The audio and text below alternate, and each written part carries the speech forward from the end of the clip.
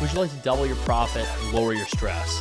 I think if you're a business owner, if you're somebody who ever wants to start a business in your life, or maybe you're just a sole contributor, a self-employed 1099, or maybe you're just a W-2 employee and you're thinking about doing something like this maybe one day, but you're unsure of where to start. I just wanted to do a quick kind of bonus podcast this week to just discuss different strategies that I've used to grow Student Loan Planner that I wish I knew when I started it 8 years ago that could really dramatically help you make more money and have more fun being your own boss. And that's kind of a really amazing goal that a lot of people have, right?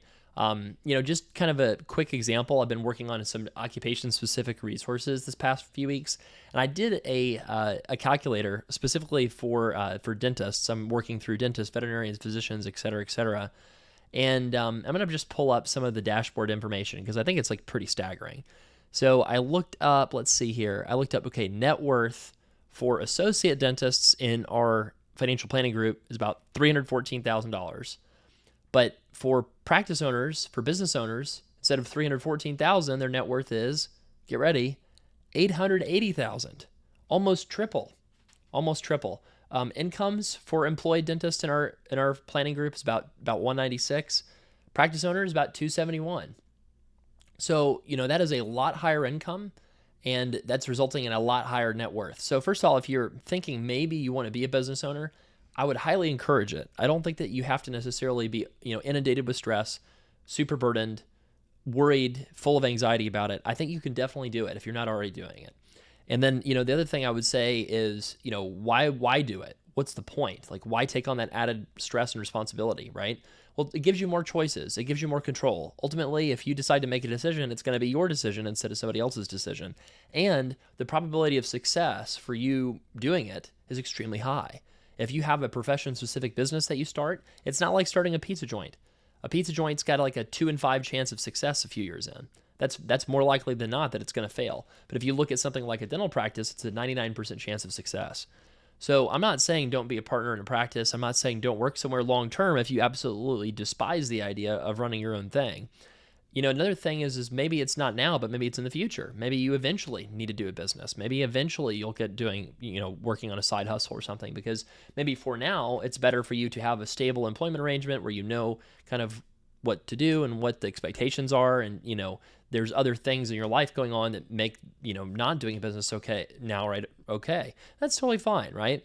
But I think that if more people heard the stats on, business ownership, and like they saw the stats that I saw, you would be a lot more encouraged to take more risk in business. So if you're already a business owner, take a bigger risk growing what you have, or take a bigger risk like just learning and developing your skill set so that you can continue to work less or have bigger impact, whatever your goal is.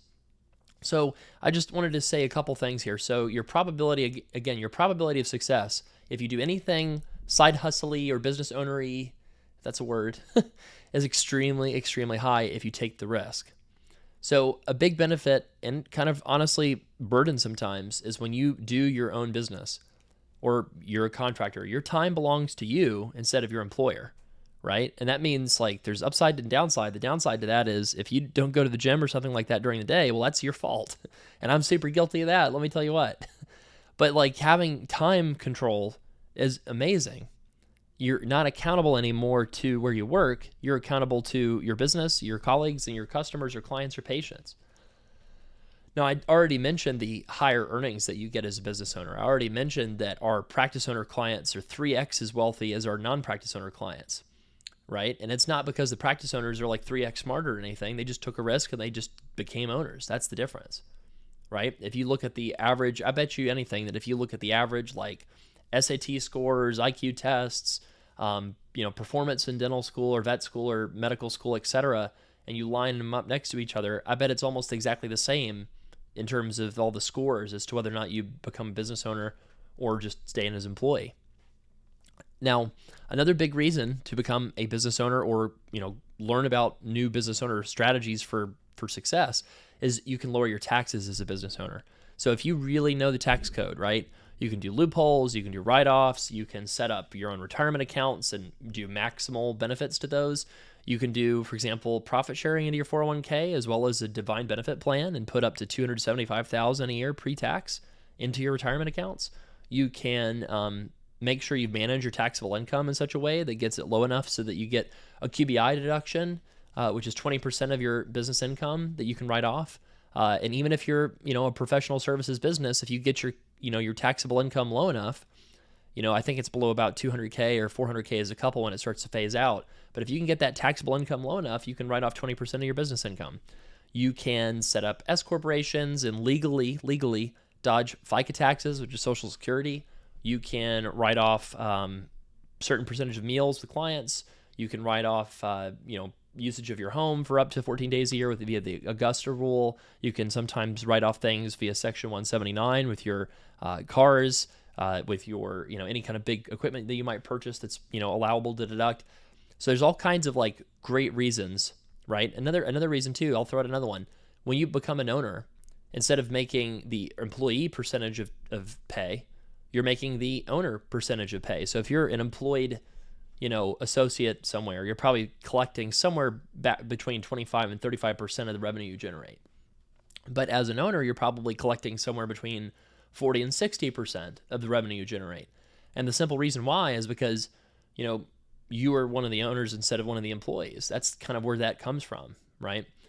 Now, in the world of professional services, the good news is when you acquire a business, if you're acquiring a business below a certain size, you're probably not going to have to compete with private equity. If you're acquiring a business above a certain size, you probably will, and they can afford to pay higher multiples than you.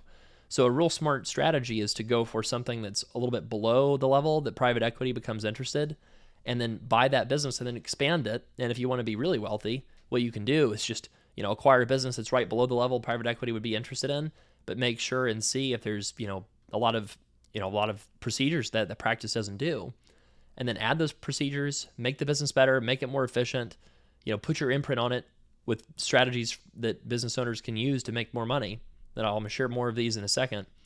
And then you could, buy the practice for whatever, 60 to 80% of revenues, and then turn around and sell it to private equity when you're ready to retire after you've 3 or 4x to the revenue of the business for a 2 or 3x multiple of sales.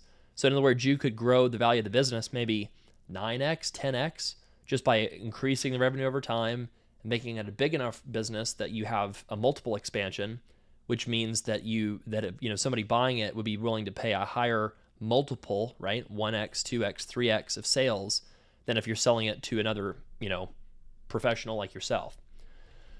So those are all like the exciting parts about why it makes sense to become a business owner. But I want to talk about specifically like some things that really like have caused me a ton of stress. And I want to also share some successes that I've had with student loan planners so that you can incorporate these as a business owner. So I want to talk about a few of these. I'm going to mention hiring and firing. I'm going to mention finding your profit.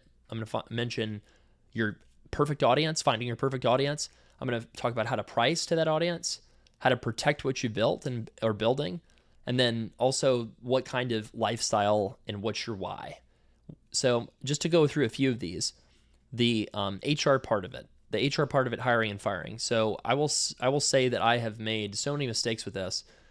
The best thing you can do is give someone a paid tryout. So kind of think about like the perfect thing, the perfect way to hire somebody is if you want to hire somebody at the front desk, literally bring them in and pay them to sit at the front desk for a day and give them a list of policies and instructions and see how they do. Are they proactive? Do they follow up? Are they detail oriented? Are they organized? Do the people that interact with them have nice things to say, right? You would be shocked. If you can do tryouts, it'll save you at least 5 figures or probably 6 figures in hiring expenses and mistakes. So I've hired by resumes before, always a mess, always random. You never know who's going to be successful. But when you do the test assignments, you cut out a ton of the guesswork. And the thing is what I've learned is like if you pay, a wage for something, you could easily find somebody for a given wage that is 10x as productive as somebody who also would work for that given wage. And it's really hard to predict who that's going to be.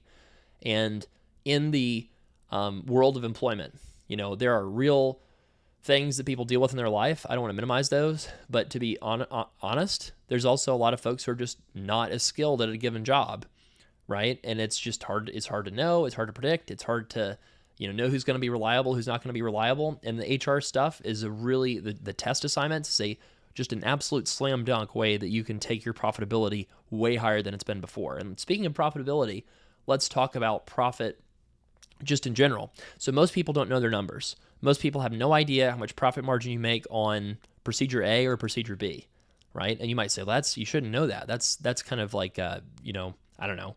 That's unethical to think about profit margin with procedures. Oh, really? Well, the hospital doesn't, right? In fact, all these hospitals, one of the reasons of consolidation in healthcare systems is because they literally go look for feeder hospitals that have a high probability of feeding into the central hospital high profit margin procedures and surgical services.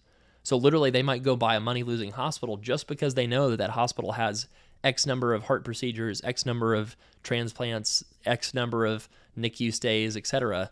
And that they know that those will get referred to the main campus where they'll make a lot of money, right? So that's why you see, groups like, Penn Medicine going around buying up all the regional hospitals around there because of how much profit margin exists with these higher value services that get billed for a lot more money, right? So if the big healthcare systems and the big private equity groups are doing it, you should do it because you'll be more ethical than them.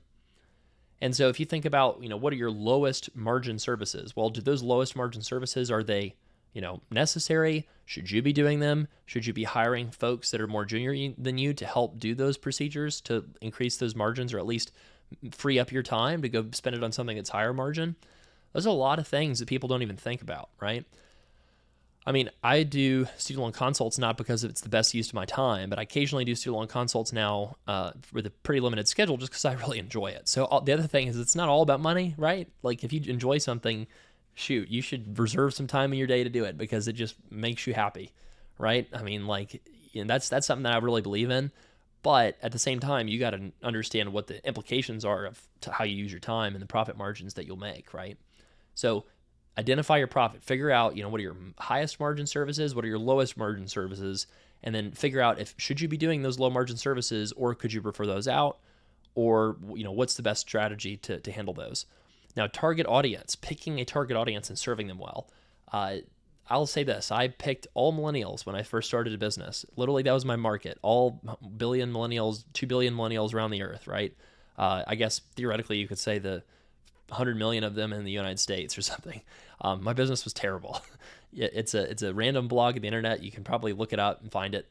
I never made more than a few $1,000s in a year on it, and I was working 30 hours a week on it, just like responding to comments and writing the blog posts and just thinking up things to write about and doing research. And man, I was so involved in this. and I was, it's kind of funny to think about. Like I was working so hard and making no money and having very little impact, right? Beyond the few thousand people a month that read the blog. But then I, took my Excel skills, which not everybody has, took my knowledge and willingness to learn about student loans, which not everybody was willing to do, and jumped into this student loan field where specifically helping people that are, disproportionately medical folks, but not all medical folks, but people who have a lot of student debt, right? And so I built or maybe popularized a system for getting student loan advice in an efficient way, right? And when I focused on having a specific target market, that's how things really exploded for me, with business. So how does that apply to you? For you, I would suggest having some sort of niche, and it could be I provide quality veterinary services to the people of South San Francisco Bay Area, right? Like it could be like a geographic niche. It could be a type of patient niche. So maybe if you do that South San Francisco area, maybe you're a cat hospital, right? Or maybe you're a dog hospital, right? Or maybe you do exotic pets. I'm just throwing out these different ideas for vet med, but like what would be even better is, to narrow that down even further, right? So you are a, exotic pet hospital for the South San Francisco Bay Area, for cash pay customers or something like that, right? Now, the only thing is you do need to have the niche you pick, the target audience you pick, be big enough that it can support you, right? If you're so niched that you've got, 5 potential customers where you want to serve, don't do that, right? But what I find is very rarely do people niche hard enough. It's most common that people are like, I'm a dentist in Phoenix, Arizona. Come see me. Well, if that's your only differentiator, there's a lot of competition. There's a lot of other options out there. And how will you stand out from the crowd? And how will you're going to have to work your tail off with marketing. You're going to have the best website in the world, the best Instagram account, the best social media. You're going to have to have the best customer service team and hope they don't turn over, right? Meanwhile, if you go to a different place, like rural Texas, right? I had a client once who bought this practice in rural Texas. The primary owner couldn't do extractions. He could. And so he just realized, oh, wow, there's a bunch of revenue that instantly I'll make, like that I won't have to pay for. And so he did that. He, set up a website. I don't even think the practice had a website. I think he set up some sort of reviews on either Facebook or some sort of place where a lot of the people in his town frequented. And it was like, boom, all of a sudden he's got reviews. He's got a website. He's doing extractions when there were none being done before. And because there's no competition within like a 50-mile radius, he's the only game in town, right? So he doesn't have to work that hard finding customers. It's like you have to actively hate him to not want to come to his practice and pay whatever he wants pretty much, because he can charge a cash pay practice in a lot of cases because, he doesn't have to worry about, insurance competition. Now, I think that, even if you're in an area that has a lot of Delta Dental PPO stuff, right? Maybe there's some things that you could do with your power of your niching. Maybe. I'm not saying this is going to be the case for everybody, but maybe there's some sort of niche that you could provide that, you don't have to worry about Delta Dental PPOs anymore. That's the power, at least, of having the exercise of thinking through, what is my target audience? What do they like? What kind of insurance do they have? What kind of experience do I want to be able to provide them? What kind of team do I want to have around me to deliver an excellent experience to this target audience? And again, it doesn't have to be anything in particular. It can be geography. It can be, use your imagination, right? It could be, a certain cultural background, right? I remember I had one person who did a startup serving primarily Spanish-speaking families that had access to Medicaid, and he was making a couple $1 million in the first few years, simply because no one else had thought about doing that in that particular geographic area for that particular community, and the reimbursement rates were good, and he just had all of his marketing focused on serving that specific community, and before you know it, he's making a couple $1 million a year. So, this is the power, again, of having an ideal niche that you are known for, and that you can be, instead of Mr. Student Loans, right? Like some people joke that that's my nickname. Instead of Mr. Student Loans, you can be Dr., pick a descriptor in your head, right? That you think is a good target audience. Now let's talk about pricing. So if you come out and immediately charge $600 for something, like for student loan consults, obviously our student loan consults are about $595, right? So if I'd come out at the very beginning of this business and started charging that, I would have heard crickets. I would have had very few people take me up on that service. Now, I would have had real good profit margins on the ones who said yes, but maybe I'm doing 3 or 4 student loan consults a week instead of like 30 when I first started, right? And if I had done that, I would not have gotten the repetitions. I wouldn't have built efficiencies. I wouldn't have grown. I would not have hit the level of speed that I needed to get at to show other people that I would eventually hire, hey, look how fast and efficient it can be to deliver extraordinary student loan advice. But I wasn't extraordinary right away.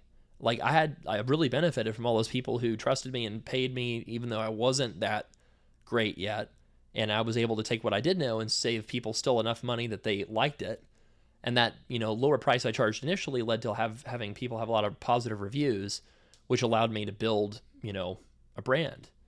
And so I think the same thing is true when you're starting your business. Is initially you don't want to come out with a really high price. At least I would dissuade it if you want to grow. If you want to just make a profit and you eventually know that you'll figure it out, it's fine. But, pick a reasonable price that you'll still make money on, and then focus all your efforts on coming up with like transactions, systems, like methods, right? Like figure out ways to, try to be the best and doing less work and less work and less work if you can. So, and then when you do that, what's going to happen is you're going to get pricing power. So you build up your reputation, you build up, people start to trust you, people start sharing your information with friends, you get word of mouth referrals. And then what you can do is announce that you're going to increase your prices on a good or service or on the whole practice. And then you can use that to incentivize demand. You can get a lot of people that jump into the practice and start signing up simply because they want to avoid the price increase. And then you get more full, get more efficient, get more reputation, get better reviews, and then you can justify that price increase. Now, I want to talk about next, I'm going to talk about protecting what you have, growing your business versus, growing and protecting your business through a lot of different ways. So one way is legal. Definitely hire a lawyer. I wish I had hired lawyers many, many times in my life as a professional. Don't think that just because you don't have money means it's not a good investment. Like, it's a great investment, because at least, like, lawyers tend to tell you like the conservative answer, But it's great to hear the conservative answer, because if the conservative answer is still not that scary, then you're in great shape, right? And if the conservative answer is kind of scary, they'll at least tell you how to make it less scary.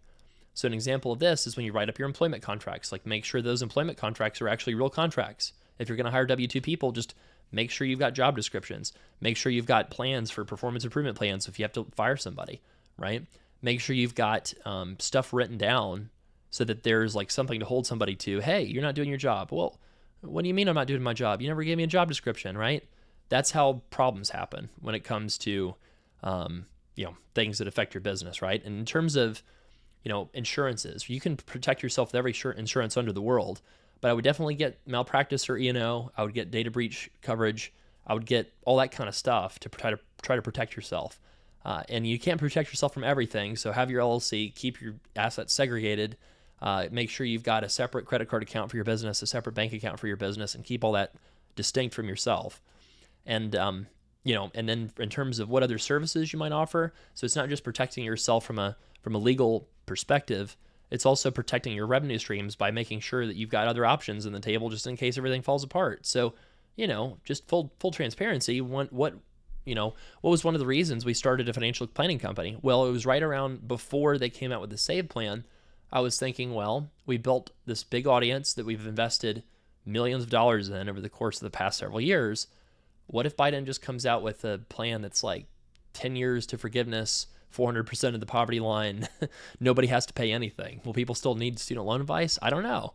And so I was like, well, can we provide excellent, financial planning for a fairly low cost with all the efficiencies and the speed and the impact that we've learned from student loan planners business on like financial planning? And I thought, yeah, I think we can. And so that's why one of the reasons we got into it was a way to ensure that I could keep our amazing team together, to keep everybody employed. That was one of the motivations. Other businesses were maybe more for diversification, and also because I felt like we could add something of value to it. So why do we have a mortgages advertising business? It's because there, especially when I started it, there was not any way really to see easily like what mortgages and what bank options existed for people that are going for a doctor mortgage, the low down payments, friendly for student loan borrowers, et cetera. So it seemed like a natural thing to do. Disability insurance. Why do we get into that? Well, I felt like sometimes disability insurance brokers would be like, what do I do with this like $2,000 a month IDR payment? Like, do I protect against it or do I not? Like, do I sell a student loan rider for this person with federal student loans going for PSLF, or do I not sell the student loan rider, right? So it was enough of like a confusion among like brokers out there that I was like, maybe it would make sense to do this, to actually have our own like ability to do on occupation disability insurance quotes. And as long as you can do it in an ethical way that doesn't cause anybody to get worse service or worse pricing, then it makes sense. Let's get into it. So, that's kind of the way that I think about getting into new business ventures. And for you, I think this could help you a lot. You could think through, well, what other services could I get into that I could, credibly have a value added to my niche, right? So obviously if you're in pediatric dentistry, probably don't get into sleep apnea, right? I mean, but maybe you're in some sort of dental group, and, and again, forgive me, I'm not a dentist, obviously, but, if you can add some sort of extra product or service that's relevant for your target niche, and you think you can do it well, and you think that, it's a very easy add-on that will add value to your niche, then why not do that? Why not protect yourself with a different source of income, something that's maybe outside of the insurance reimbursement world, and something that you can, have additional profit, have additional margin, have additional resources to hire better team members that'll take stress off your plate even more. And then just to give you like the last thought here, what lifestyle are you building? Why are you doing this, right? Are you just doing it to make money? You will probably make more money as a business owner, but that's not a good reason to do it. Are you doing it because you want more control of your time? What kind of design do you want for your lifestyle, like for your business? Do you want a lifestyle business or a growth business? Sometimes it's hard to figure that out. I mean, I have no idea which one I'm still running, and I'm still doing this. So it's not like you have to figure it out immediately. But, think through your business and your design of your business. I'll tell you this.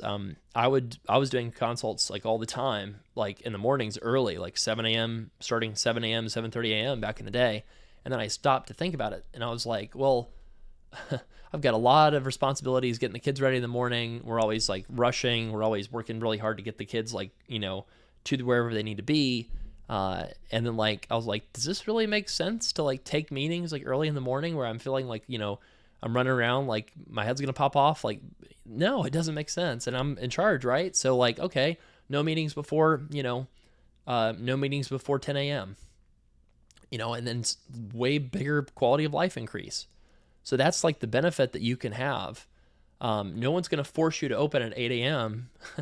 If you have your own business. You can decide if you would rather make less money in exchange for a better lifestyle, right? If you want to have Friday afternoons off, like you can do that. And that's the reason I wish more people would get involved as business owners or, self-employed 1099 contractors, is because of all kinds of opportunities like this. So now the part of the pod where I just kind of let you know, hey, why did I talk about this business thing today? For probably like a very short amount of time. It's expiring this Thursday at midnight when this comes out. When this comes out, it's like Thursday at midnight. This is when this expires. We've got a business course built for student loan borrowers called Double Your Profit, Lower Your Stress. This has got like probably 8x as many tips as I've shared in the podcast today. And it represents like the combination of everything I've learned that I think that can help you in your business journey. If you're going to start a business or you're growing your business, you're already a business owner, it's got tips in there for everybody. And it's got stuff that I think will save you 5 or 6 figures. So this is something that we're running a discount on it, and it's only open for enrollment until this Thursday at midnight. And the link for that is studentloanplanner.com/profit. So studentloanplanner.com/profit. If you go to there, it's going to give you the discount code. Keep in mind, if you have a 1099 business or you have an S-corp business or LLC, you can write this course off. So that means it is, in addition to the discount we're giving you, in addition to that discount, you're also getting your federal, state rate, and 10% for IDR that you can combine and write off as well. So it's really kind of a massive discount, and it's something that I think is going to teach you a ton of money, and it's going to really transform how you do business. At least one of the tips will be extremely relevant for you, and you're going to be like, why didn't I think of that sooner? Why didn't I implement that sooner? I could have saved $50,000 if I'd known that earlier this year. So that's what I think you're going to find if you take this course, Double Your Profit, Lower Your Stress. Again, studentloanplanner.com/profit. And you've got until Thursday at midnight this week. And I guess technically Thursday at 11:59 p.m. and maybe we'll make that Pacific time, just so everybody has an opportunity to get that discount that wants it. Studentloanplanner.com/profit. I hope if you're interested in business at all, this will teach you a ton of stuff that I've learned, and you'll get a ton of value out of it, I think. So Double Your Profit, Lower Your Stress. I think this is one of the courses I've had the most fun creating because of the very niche specific group of people that it applies to, which is our current and aspiring business owner audience in our group. So thank you everyone for listening to the Student Loan Planner podcast, studentloanplanner.com/profit. Have a great rest of your week.